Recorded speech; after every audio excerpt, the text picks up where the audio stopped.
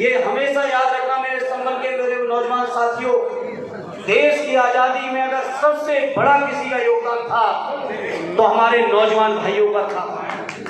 देश के निर्माण में जितना भी हमारे बड़े बड़े नेता हुए हैं, जैसा जावेद भाई चर्चा कर रहे थे, वो सबसे ज्यादा अगर नेता कहीं से निकले हैं तो छात्र आंदोलन से निकले हैं। ये छात्र सभा, ये छात्र आंदोलन, ये छात्र जीवन, मैं समझता हूँ देश की लोकतांत्रिक व्यवस्था को बचाने की, इस व्यवस्था को सुदृढ़ करने की और इस व्यवस्था को मजबूती लगातार देने की अगर कोई नर्सरी है तो हमारी छात्र राजनीति है। ये बीजेपी के लोग, ये भ्रष्ट लोग और ये जितने भी तानाशाह लोग हैं, ये हमेशा छात्र राजनीति से घबराते रहे हैं। इसलिए साथियों मैं कहना चाहता हूँ, जब जब भारतीय जनता पार्टी की सरकार बनी इस प्रदेश में, जब जब बहुजन समाज पार्टी की सरकार बनी इस प्रदेश में, तो इन्होंने कोई सबसे पहले काम किया है तो छात्र संघों पर ताला डालने का काम किया। लेकिन आदरणीय नेताजी को जब जब मौका मिला तो नेताजी ने सबसे पहले कोई काम किया है तो मुख्यमंत्री बनने के दिन ही छात्र संघों के ताले खोलने का काम किया है। जब छात्र संघों से ताले टूटते हैं, छात्र राजनीति के लोगों को मौका मिलता है, तो मैं समझता हूँ समाज के अंदर जो एक जिम्मेदार नागरिक बनने की जो एक प्रक्रिया होती है, छात्र राजनीति का उसमें बहुत बड़ा महत्वपूर्ण रोल होता है। और इसलिए समाजवादी लोग, समाजवादी विचारधारा के लोग, चाहे वो डॉक्टर राम मनोहर लोहिया जी रहे हों, चाहे वो जनेश्वर मिश्रा जी रहे हों, आदरणीय नेताजी स्वयं छात्र नेता के तौर पर डिग्री कॉलेज के अध्यक्ष होकर निकले, स्वर्गीय जनेश्वर मिश्रा जी इलाहाबाद विश्वविद्यालय के नेता रहे, स्वर्गीय मोहन सिंह जी इलाहाबाद विश्वविद्यालय के अध्यक्ष रहे, स्वर्गीय ब्रजभूषण तिवारी जी छात्र आंदोलन से निकले हुए नौजवान नेता रहे। तो आज मैं कह सकता हूँ समाजवादी विचारधारा को अगर पुनर्जीवित और पुष्पित करने में किसी का सबसे बड़ा योगदान रहा है तो हमारे छात्र आंदोलन से निकले हुए हमारे नेताओं का रहा है। इसलिए मेरे छात्र नौजवान साथियों, चर्चा बहुत की हमारे पुराने साथियों ने, हम उस पर चर्चा नहीं करेंगे, पुराने वक्ताओं ने जो चर्चा की, लेकिन छात्र के मेरे नौजवान साथियों, आप लोगों को अनुशासन भी बनाना है, जिम्मेदार भी बनना है और विचारधारा को आगे लेके चलने की भी सबसे बड़ी जिम्मेदारी अगर किसी की है तो हमारे नौजवान भाइयों आपकी बनती है। नौजवान साथियों, हमें छात्र राजनीति करने का सौभाग्य मिला है और छात्र राजनीति के माध्यम से मुझे एहसास है, छात्र जहाँ अपने हक के लिए लड़ते हैं, जहाँ अपनी पढ़ाई के अधिकारों के लिए लड़ते हैं, वहीं समाज में अगर कहीं भी जरूरत पड़ती है, चाहे वो किसान भाइयों को जरूरत पड़े, चाहे व्यापारियों को जरूरत पड़े, चाहे हमारी माताओं बहनों के ऊपर अन्याय अत्याचार का सवाल हो, हर मुद्दे के ऊपर हमारे छात्र नौजवान लड़ने का काम करते हैं। इसलिए मेरे छात्र नौजवान साथियों, याद करो अपना गौरवशाली इतिहास, याद करो अपनी गौरवशाली खाती, जिस खाती से चल के राष्ट्र के निर्माण में अगर कहीं से योगदान सबसे शुरुआत हुई तो हमारे छात्र जीवन के माध्यम से हुई है। इसलिए मैं आज इस मौके पर कहना चाहता हूँ, मेरे नौजवान भाइयों, हम लोग सौभाग्यशाली हैं। समाजवादी पार्टी का एक एक व्यक्ति सौभाग्यशाली है और सौभाग्यशाली इसलिए भी है क्योंकि समाजवादी पार्टी के पास जो शानदार युवा नेतृत्व है वो हिंदुस्तान की किसी दूसरी पार्टी के पास नहीं है। इसलिए समाजवादी नौजवान साथियों, हमारी आपकी जिम्मेदारी भी सबसे बड़ी बनती है।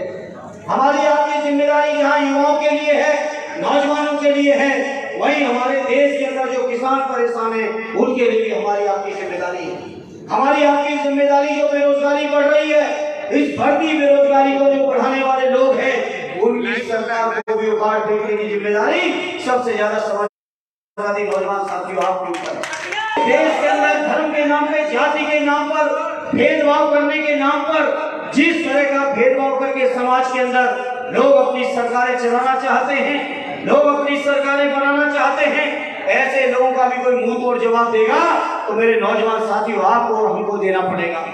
इसलिए आज जो हमारे साथियों ने चर्चा की, हम सहमत हैं अपने उन साथियों की इस बात से। आज उत्तर प्रदेश का पूरा जनमानस इंतजार कर रहा है कि कब समाजवादी लोग निकले और उनको मौका दे फिर से एक बार सरकार बनाने। लोग इंतजार कर रहे हैं, लोग इंतजार कर रहे हैं एक बार फिर माननीय अखिलेश जी के उस कार्यकाल को याद कर रहे हैं जिस कार्यकाल के माध्यम से उन्होंने पूरे उत्तर प्रदेश के अंदर चाहे वो स्थानों के माध्यम से, चाहे वो मेडिकल कॉलेजों के माध्यम से, चाहे यूनिवर्सिटीज के माध्यम से, चाहे एम्बुलेंस के माध्यम से, जो गरीबों की सेवा करके दिखाई समाजवादियों ने। लोग एक बार, उत्तर प्रदेश के लोग फिर से एक बार चाहते हैं उसी दौर को। फिर से लोग चाहते हैं कि माननीय अखिलेश जी दोबारा आए, अपनी गरीब माताओं बहनों को, जिनको समाजवादी पेंशन के नाम से जो सहयोग और समर्थन कर रहे थे, एक बार फिर अपनी गरीब माता बहनों को ख्याल आगे माननीय अखिलेश यादव करें। माननीय उत्तर प्रदेश का जनमानस देख रहा है कि बीजेपी के लोगों ने जिसको अपना वो संकल्प पत्र कहते हैं, चाहे वो 14 का संकल्प पत्र हो, चाहे वो 17 का हो, चाहे वो 19 का हो, अगर उन संकल्प पत्रों को याद करो मेरे नौजवान साथियों, और हमारी आपकी जिम्मेदारी है एक एक परिवार के लोगों को संकल्प पत्र का याद दिलाना है, जिसमें इन्होंने कहा था 2014 में कि सरकार बना दो, हर साल 2 करोड़ रोजगार मिलेंगे। सोचो 2014 से आज 21 आ गई, अगर हर साल 2 करोड़ रोजगार दिए होते तो देश के अंदर 14 करोड़ नए रोजगार सृजित हुए होते, 14 करोड़ नए रोजगार सृजित होते। मेरे भाई ने चर्चा की, दोबारा लंबा नहीं खींचना चाहते, लेकिन किस तरह से सरकारी सेवाएं पूरी तरह से पद खाली पड़े हैं, कई भरे गए तो उसमें भी बेईमानी हुई है, और रोजगार की तो ऐसी स्थिति लाके खड़ी कर दी बीजेपी के लोगों ने। 14 करोड़ रोजगार देना तो बहुत दूर की बात, जिन लोगों पे रोजगार था, कभी नोटबंदी के माध्यम से, कभी जीएसटी के माध्यम से, कभी लॉकडाउन के माध्यम से हमारे नौजवानों के हाथों से रोजगार छीनने का काम ये भारतीय जनता पार्टी की योगी और मोदी सरकार ने किया है। इसलिए हमें आपको ख्याल रखना है इस बात का। याद करो नौजवान साथियों, हमारे आपके किसानों के बीच क्या कहा था, इनकी आमदनी दूनी करेंगे, समर्थन मूल्य 1.5 गुना करेंगे, गन्ने का भुगतान करेंगे। बताओ मेरे भाइयों, उत्तर प्रदेश के किसानों की क्या दुर्दशा की है। देश के किसानों के खिलाफ कौन सा कानून लाए हैं, जिस कानून के माध्यम से आज हमारे देश के जो किसान अपनी खेती के मालिक हैं, आने वाले समय में वो खेती और मजदूर बन के रह जाएंगे, वो खेती के मालिक बन के नहीं रह पाएंगे। ये कानून भारतीय जनता पार्टी ला रही है। अन्याय, अत्याचार, शोषण, भेदभाव की जितनी पराकाष्ठाएं हो सकती हैं वो इस भारतीय जनता पार्टी की सरकार में है। इसलिए मेरे नौजवान भाइयों, कमर कस लो, अब अधिक से अधिक 6 महीने का समय है। 6 महीने की ये मेहनत उत्तर प्रदेश को एक बार फिर एक नया सूरज दिखाने का काम करेगी, और सूरज को दिखाने में सबसे ज्यादा मेहनत अगर किसी की करनी है, किसी को जिम्मेदारी किसी की बनती है, तो सबसे ज्यादा मेरे नौजवान भाइयों आपकी बनती है। इसलिए आज इस मौके पर मैं अपील करूंगा, ये संबल समाजवादियों का जिला रहा है, आदरणीय नेताजी को यहाँ से सांसद बनाया है, आदरणीय प्रभु साहब को आपने यहाँ से सांसद बनाया है। आज भी उत्तर प्रदेश में हमारे केवल 5 सांसद हैं, लेकिन संबल के लोगों ने भर साहब को सांसद बना के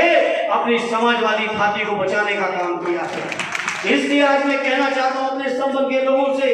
इस जनपद की 4 विधानसभा सीटें हैं, बेलारी का भी हिस्सा कुछ आता है, 5 की 5 सीटें समाजवादी पार्टी के खाते में जानी चाहिए। ये हमारी आप सबसे प्रार्थना है, ये हमारी आपसे अपील है, निवेदन है, गुजारिश है। और मैं उम्मीद करता हूँ जिस तरह संबल के लोगों ने आदरणीय नेताजी का, माननीय अखिलेश जी का, समाजवादी पार्टी का हमेशा सम्मान बढ़ाया है, आने वाले विधानसभा के चुनाव में भी फिर से एक बार समाजवादियों के परचम को लहराने का काम हमारा ये संबल का जिला करेगा। इसलिए आज इस मौके पर मैं फिर से एक बार अपने साथी सुरेंद्र जी को, उनके साथी सौरभ, नवनीत को और बधाई देना चाहता हूँ अपने साथी दिग्विजय सिंह देव को कि उन्होंने अपना ऐसा संगठन तैयार किया है। अभी तो समाजवादी पार्टी के एक फ्रंटल संगठन का ये आगाज है, जब 14-15 पूरे संगठन मेन बॉडी के साथ निकलेंगे तो समाजवादी पार्टी के कारवां को फिर कोई रोक नहीं पाएगा। इस यकीन और भरोसे के साथ एक बार फिर मंचासी अपने सभी नेताओं को, अपने आए हुए सभी साथियों को बारंबार धन्यवाद देते हुए अपनी बात को विराम देता हूँ। जय हिंद, जय भारत।